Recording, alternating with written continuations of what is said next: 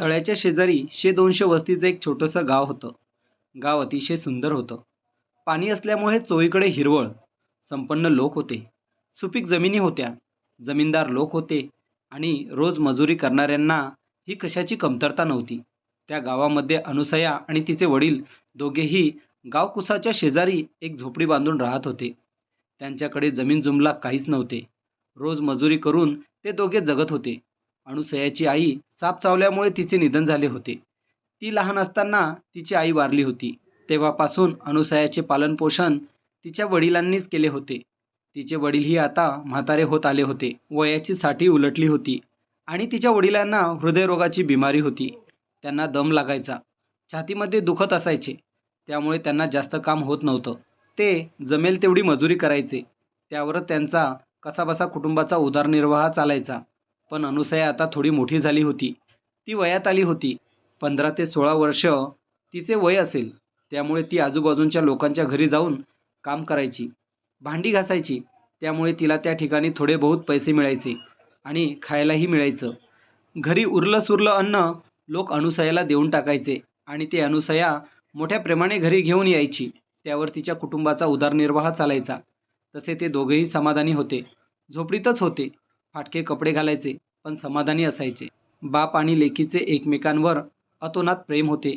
कारण या जगामध्ये ते दोघेच एकमेकांसाठी होते.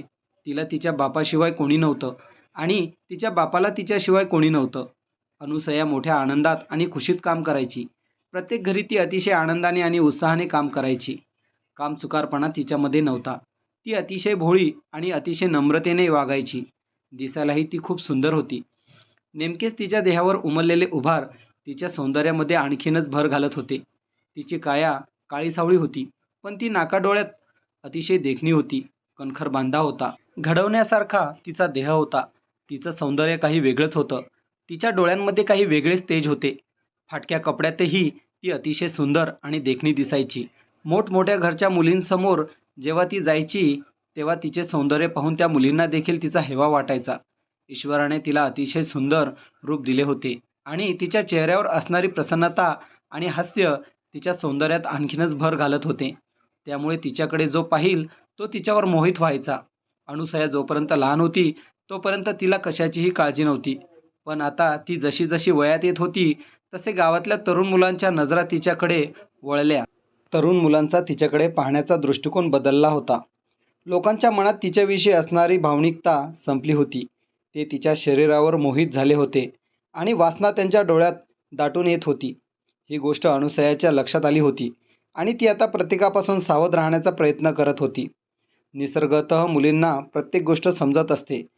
तिला सांगायला तिची आई नव्हती पण तरीही ती प्रत्येक गोष्ट अनुभवाने शिकायची. मोठ्या बायकांच्या गोष्टी ऐकायची आणि त्यांच्या बोलण्यातून तिला जे काही समजायचे ते समजून घ्यायची. तिच्या देहावर नको त्या ठिकाणी उगवलेले केस तिला आश्चर्यचकित करायचे. तिच्या शरीरात होणारे बदल पाहून ती स्वतः प्रसन्न झाली होती आणि तिलाही आता हे बदल हवेहवेसे वाटत होते. तिच्या सौंदर्यामध्ये भर पडत होती. नेहमी झगा घालणारी ती आता साड्या नेसू लागली. कारण आजूबाजूंच्या बायका त्यांच्या टाकाऊ साड्या तिला द्यायच्या.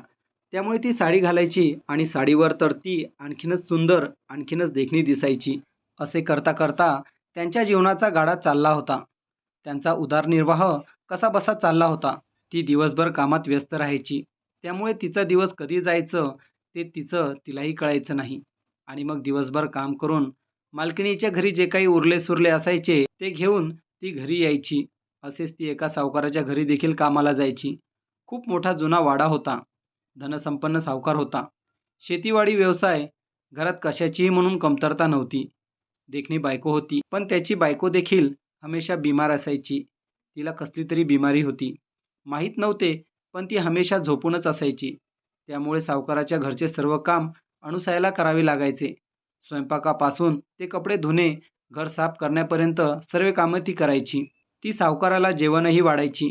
त्यामुळे अंगण झाडत असताना किंवा कपडे धुताना किंवा सावकाराला जेवण वाढत असताना तिच्या भरदस्त कोवळ्या छातीच्या कडा सावकाराच्या नजरेला पडायच्या. सावकार अनेक दिवसांचा उपाशी होता. त्यामुळे तो तिच्या प्रत्येक अवयवाला अतिशय न्याहाळून पाहायचा आणि मग दिवसभर तिची आठवण करून तो उत्तेजित होत राहायचा. कित्येक वेळा त्याने तिच्या शरीरावर हात फिरवला होता. पण अनुसया इमानदार होती. ती पटकन बाजूला सरकायची किंवा मालकीणजवळ जाऊन बसायची. त्यामुळे सावकाराला भीती होती की अनूसयाने जर त्याच्या पत्नीला ही गोष्ट सांगितली तर त्याची पत्नी फार खराब होती. हे सावकार जाणून होता. त्याच्या पत्नीचा राग फार वाईट होता याचा अनुभव सावकारला होता. त्यामुळे तो जपून असायचा. थोडा बहुत जेवढा जमेल तेवढा कधीमध्ये कुठे कुठे तिच्या शरीराच्या एखाद्या भागाला तो स्पर्श करून पाहायचा. पण अनूसया चटकन बाजूला व्हायची. ती इमानदार आहे हे सावकारच्या अनेक वेळा लक्षात आलं होतं. तो पैसे देऊन तिला मोहात पाडण्याचा प्रयत्न देखील करत होता. अनेक वेळा तो तिला 1,000-500 रुपये देण्याचा प्रयत्न करायचा. कपडे घेऊ असे म्हणायचा. पण अनूसया प्रत्येक वेळी त्याचे पैसे नाकारायची. आता सावकाराला तिचे वेड लागले होते. एका दिवशी अनूसया अंगणामध्ये बसून भांडी घासत होती. ती भांडी घासण्यामध्ये अतिशय मग्न झाली होती. एकाग्र झाली होती. तिचे ध्यान भांडे घासण्यामध्ये होते आणि हळूच तिची साडी थोडीशी वर गेली होती. तिच्या गुलाबी मांड्या सावकाराच्या नजरेला पडत होत्या. ते पाहून सावकार चटकन उठला आणि ओसरीच्या बाजूलाच असलेल्या छोट्याशा खिडकीजवळ गेला. त्या खिडकीतून ती त्याला स्पष्टपणे दिसत होती. तो तोंडाला पाणी आणून ते दृश्य पाहत होता. तिच्या गुलाबी मांड्या, अतिशय कोवळ्या मांड्या त्याला दिसत होत्या. आणि मग अनूसयाने पाय थोडेसे बाजूला करून भांडे घासण्याचा प्रयत्न केला. तसेच तिचे अंतर्वस्त्र त्याच्या नजरेला पडले. तसेच सावकाराच्या अंगावर शहारे आले आणि आता तो मोकळे होण्यासाठी धडपडू लागला. आत्ताच जावे आणि अनूसयाला मिठीत घ्यावे आणि तिला उतानी झोपवून आपली इच्छा तृप्त करून घ्यावी असे त्याच्या मनात आले. त्याने तिथून निघण्याचा प्रयत्न देखील केला. तिच्या जवळ जाण्याचा प्रयत्न देखील केला. पण लगेच त्याला त्याच्या पत्नीची आठवण आली आणि ही ओरडली तर बायको आपल्याला सोडणार नाही. गावातही आपली बदनामी होईल असा विचार करून नंतर तो पुन्हा खिडकीजवळ आला आणि तिथून तिच्याकडे पाहत हातानेच त्याने स्वतःला मोकळे करून घेतले आणि मग तो शांत ओसरीतल्या गादीवर झोपला. त्यानं शांत अंग टाकले आणि मग तो तिच्या स्वप्नात रंगू लागला. आता सावकाराला तिचं चांगलंच वेड लागलं होतं. आता कधी एकदा तिचा उपभोग घेतो आणि कधी नको असे त्याला वाटू लागले. कारण तोही अनेक दिवसांचा उपाशी होता. त्याच्या पत्नीचे सुख त्याला नव्हते. जवळपास 7-8 वर्षापासून त्याची पत्नी अंथरुणावर होती. त्यामुळे त्याची घुसमट व्हायची आणि गावात त्याची प्रतिष्ठा होती. त्याचे नाव होते. त्यामुळे इतर कुणासोबत काही करायला गेलं तर आपली बदनामी होईल या विचारानेही तो जपून असायचा. आणि त्याचा सासरा फार डेंजर माणूस होता. त्याच्या सासऱ्याचे संबंध मोठ्या गुंडांशी होते. तो मोठा उद्योगपती होता. त्यामुळे सावकार त्याला नेहमी घाबरून असायचा आणि त्यामुळेच त्याच्या पत्नीलाही तो घाबरून असायचा. तो आपल्या कामात रमायचा. पण अनूसयाने मात्र आता त्याला वेड लावले होते.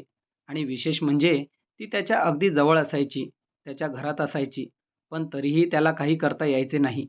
त्यामुळे तो घुसमटू लागला. त्याचे सगळे उपाय फेल गेले होते. त्याने तिला प्राप्त करण्यासाठी, तिला आपलेसे करण्यासाठी खूप काही करून पाहिले. तो तिला वेगवेगळ्या प्रकारचे सौंदर्य साधने आणून द्यायचा. पण ती नकार द्यायची. हे मी काहीच वापरत नाही. हे मी काहीच लावत नाही असे ती म्हणायची. तो सुगंधित साबण तिला वापरायला द्यायचा. पण ती नको म्हणायची. असे करता करता दिवसामागून दिवस जात होते आणि मग एका दिवशी अचानक संध्याकाळच्या वेळी अनूसयाच्या वडिलांच्या छातीमध्ये दुखायला लागले. ती घाबरली. तिचे वडील कासावीस होत होते. ते पाहून ती परेशान झाली आणि मग तिला काय करावे काही सुचत नव्हते. ती धावतच सावकारीणबाईकडे गेली. तिच्याशी अनूसयाचे चांगले नाते होते. दोघेही एकमेकांना जीव लावायच्या. ती अंथरुणाला खिळून राहायची आणि अनूसया तिचे सर्व करायची. तिची सर्व सेवा करायची. त्यामुळे ती तिच्यावर खुश होती. स्वतःच्या पोरीप्रमाणे तिला वागवत होती. त्यामुळे ही गोष्ट सावकारीणबाईला कळताच तिने तिच्या नवऱ्याला बोलावून घेतले आणि अनूसया आणि तिच्या वडिलांना कारमध्ये ताबडतोब दवाखान्यात पाठवून द्या असे सांगितले. तेव्हा सावकाराने आपल्या ड्रायव्हरला तिच्या वडिलांना दवाखान्यात घेऊन जाण्यासाठी सांगितले. तसेच सावकारीणबाईने जवळच होते तेवढे 2-4 हजार रुपये काढून तिच्या हातावर ठेवले. ते अनूसयाने घेतले आणि घरात तिनेही थोडे बहुत पैसे जमवले होते. ते घेऊन ती तिच्या वडिलांसोबत आणि त्या ड्रायव्हरसोबत दवाखान्यात निघून गेली. आता दवाखान्यामध्ये तिच्या वडिलांना ॲडमिट करण्यात आले होते. तसेच डॉक्टरांनी सांगितले की यांना ICUमध्ये ठेवावे लागेल आणि त्यांचा खर्च खूप होता. रोजचे 7,000 रुपये खर्च. ते ऐकून तर अनूसया घाबरून गेली. तिला काय करावे काही सुचत नव्हते. एवढा पैसा? काय करावे? कुठून आणावा? कसं करावं? काही विकण्यासाठी तिच्याजवळ काहीच नव्हते. शेतजमीन, घर काहीच नव्हते. ती सरकारी जागेवर झोपडी टाकून राहत होती. त्यामुळे आता तिच्या डोळ्यात अश्रू येऊ लागले. काय करावे काही तिला सुचत नव्हते. ती भान हरपून गेली होती आणि मग अचानक तिला आठवण झाली सावकाराची. तिला वाटले की सावकार नक्की आपले काम करेल. त्यानंतर तिने डॉक्टराला सांगितले, "डॉक्टर साहेब, आपण माझ्या वडिलांना ॲडमिट करून घ्या. मी कुठूनही कशीही पैशाची सोय करेल." तसे डॉक्टरांनी तिच्या वडिलांना ॲडमिट करून घेतले आणि मग ती त्या ड्रायव्हरसोबत गाडीत बसून गावाकडे आली. ती सावकाराकडे गेली. यावेळेस ती सावकाराच्या पत्नीकडे गेली नाही, कारण तिला माहीत होते तिच्याकडे जेवढे पैसे होते तिने तिला दिलेले होते. पण आता खूप पैसे लागणार होते आणि एवढा पैसा सावकाराशिवाय तिला कोणीच देऊ शकणार नाही. म्हणून ती सावकाराकडे गेली आणि ती सावकाराला विनंती करू लागली. तसा सावकार तिच्या डोक्यावरून हात फिरवून तिला म्हणाला, "घाबरू नकोस. तुझ्या वडिलांना काहीही होणार नाही. तुझे वडील अगदी सुखरूप घरी येतील. पण जर तू ठरवले तर." ते ऐकून अनुसया त्याच्या डोळ्यात पाहू लागली. सावकाराच्या डोळ्यातली वासना तिने ओळखली. तिला कळले की सावकाराला काय म्हणायचे आहे. तरी तिने प्रश्न केला, "म्हणजे?"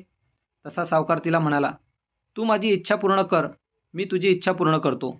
ते ऐकून अनुसयाने नजर खाली नेली. तसा सावकाराने हळूच तिचा चेहरा आपल्या हाताने वर उचलला आणि तो तिला म्हणाला, "चल मागच्या रूममध्ये." तशी ती मुकाट्याने उठली आणि मागच्या रूममध्ये गेली. मागची रूम अतिशय सुंदर होती. सावकाराची आराम करायची ती रूम होती.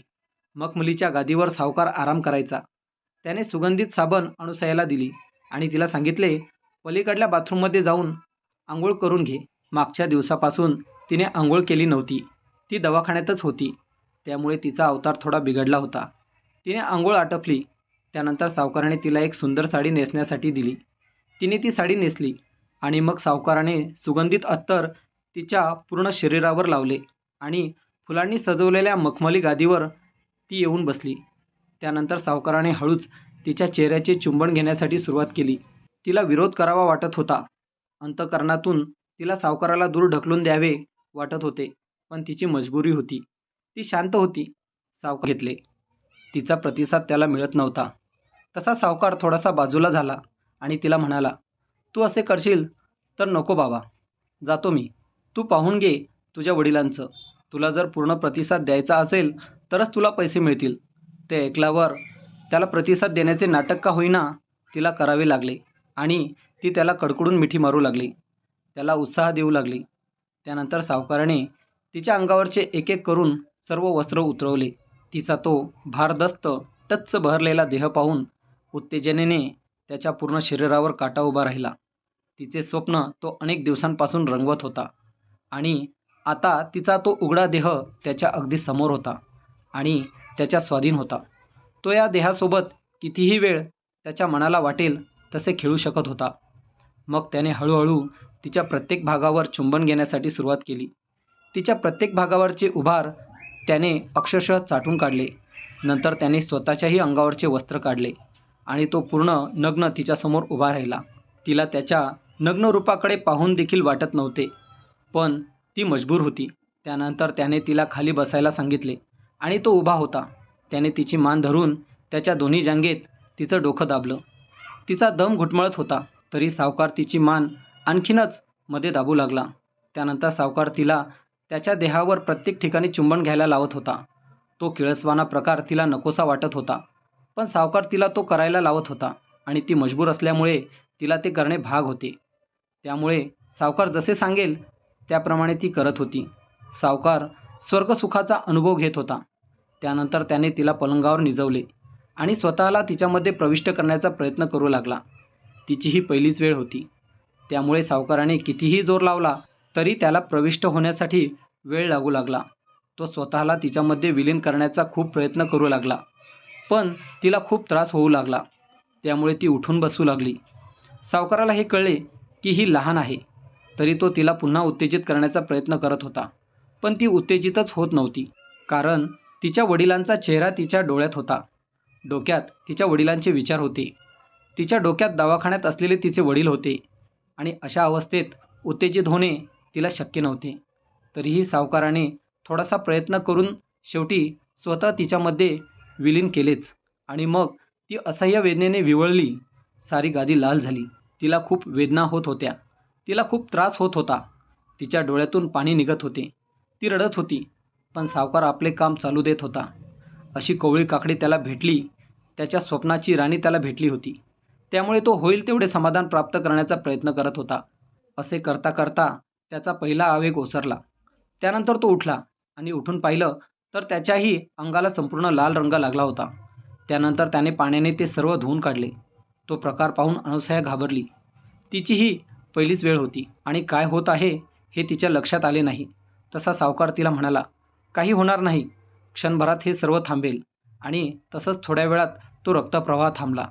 त्यानंतर त्याने तिला बाथरूममध्ये जाऊन सर्व काही धुवून येण्यासाठी सांगितलं. ती बाथरूममध्ये गेली आणि तिने तिचे शरीर चांगल्या प्रकारे धुतले आणि पुन्हा येऊन ती गादीवर बसली. पुन्हा सावकार तिच्यावर चढला. त्याचा दुसरा आवेग ओसरला. नंतर ती उठून बसली. सावकार बाथरूममध्ये गेला.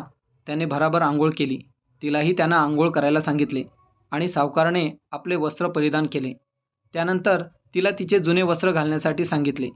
तिने आपले जुने वस्त्र नेसले आणि नंतर सावकाराने त्याच्या तिजोरीमधून 1,00,000 रुपयांचे बंडल काढून तिच्या हातावर ठेवले. ते बंडल घेताना तिचे हात थरथरत होते, कारण आयुष्यात तिने एवढा पैसा कधीच पाहिला नव्हता. तिने ते बंडल घेतले आणि सावकार तिच्याजवळ येऊन तिला म्हणाला, तू जर मला असेच खुश करत राहिली तर आयुष्यात तुला कशाचीही कमी पडू देणार नाही. तुला राणी बनवून ठेवीन आणि तुझ्या वडिलांनाही कशाचीच कमी पडू देणार नाही. तो अतिशय चांगल्या प्रकारे आणि सुखरूपपणे घरी परत येईल. काही काळजी करू नकोस. आणि आणखी पैसे लागले तरी मला सांग, मी तुझ्यासाठी कितीही पैसे लुटवण्यास तयार आहे. ती मात्र निमूटपणे त्याचे ते बोलणे ऐकून घेत होती. नंतर ती बाहेर निघाली आणि सावकाराने गड्याला आदेश दिला की हिला घेऊन जा आणि तिच्या वडिलांना घेऊनच परत ये. त्याच्या ड्रायव्हरने तिला गाडीत बसवले आणि मग दोघेही शहराच्या दिशेने निघाले. तसे थोड्या अंतरावर गेल्यावर ड्रायव्हरने त्याची गाडी त्याच्या शेताच्या दिशेने फिरवली. त्यानंतर तो तिला एका झोपडीवर घेऊन गेला आणि तिला म्हणाला, चल झोप या खाटेवर. तशी ती घाबरली. ती तिथून निघून जाण्याचा प्रयत्न करू लागली आणि ती म्हणाली, हा काय प्रकार आहे, मी सावकारांना सगळं सांगेन. तसा तो ड्रायव्हर तिला म्हणाला, गप्प बस, तुझ्यात आणि सावकारात काय झालं ते मला सर्व माहीत आहे. गप इथे झोप, नाहीतर तुझे वडील तिकडेच राहतील आणि तू इकडे राहशील. ते ऐकल्यावर मात्र ती घाबरली आणि मग ती मुकाट्याने खाटेवर जाऊन झोपली. आणि मग आता सावकाराचा ड्रायव्हर तिच्या शरीराची लचके तोडत होता. तोही जाम खुश होऊन तिचा उपभोग घेत होता. सावकाराने आपले काम सोपे करून ठेवले असे त्याला वाटत होते, कारण त्याने प्रविष्ट केल्याबरोबर तो तिच्यामध्ये विलीन झाला होता आणि मग तोही आता स्वर्गसुखाची अनुभूती घेत होता. पण तिच्या डोळ्यातून सारख्या अश्रुधारा वाहत होत्या. नियतीने तिच्या जीवनात फारच विचित्र प्रसंग घडवून आणला होता. ती चांगली अडकली होती. आयुष्यभर जपलेला हा ऐवज आता कोणीही कोल्हे कुत्रे लुचून खात होते, याचे तिला फार दुःख वाटत होते. तसा त्या ड्रायव्हरचा पहिला आवेग ओसरला तरी तो थांबला नाही. तो तसाच चालू राहिला आणि मग बऱ्याच वेळानंतर दुसरा आवेग ओसरल्यानंतर तो उठून उभा राहिला. मग दोघेही दवाखान्यामध्ये गेले. तिने दवाखान्यात पैसे जमा केले आणि ती वडिलांना बाहेरून पाहू लागली. तसे डॉक्टर तिला म्हणाले, काळजी करू नकोस, तुझे वडील अगदी चांगले आहेत. त्यांना थोड्याच वेळात बाहेर आणण्यात येईल आणि नंतर तू त्यांना भेटू शकतेस. ती बाहेर बराच वेळ बसली. तिला आनंद झाला. तिच्या शरीराचे तोडले गेलेले लचके ती विसरून गेली. आपला बाप वाचला, शरीराचं काय मोल. हाडामासाचा पुतळा आणि त्याच पुतळ्याने आज तिच्या बापाचे प्राण वाचवले होते. कशा प्रकारे का होईना आपण आपल्या बापाचे प्राण वाचवले याचे तिला समाधान वाटत होते. आणि मग आता तिला त्या शरीराचे काहीच वाटत नव्हते, कारण तिचा आत्मा आता मेला होता. तिचा आत्मा संपला होता. तिने जपलेला ऐवज आता लुटला गेला होता आणि एकदा शरीर लुटलं की मग त्याला महत्त्व राहत नाही. मग ते कुणासमोरही उघडं होण्यासाठी तयार असतं. या शरीराचे तिला स्वतःला काहीच मोल वाटत नव्हते, पण आपलं हे शरीर आता दुसऱ्यासाठी किती अनमोल बनलं आहे हे ती जाणून होती. क्षणभर सुख प्राप्त करण्यासाठी सावकाराने तिच्या बापाचे प्राण वाचवले होते, म्हणून तिला या शरीराचे मोलही वाटत होते. हे शरीर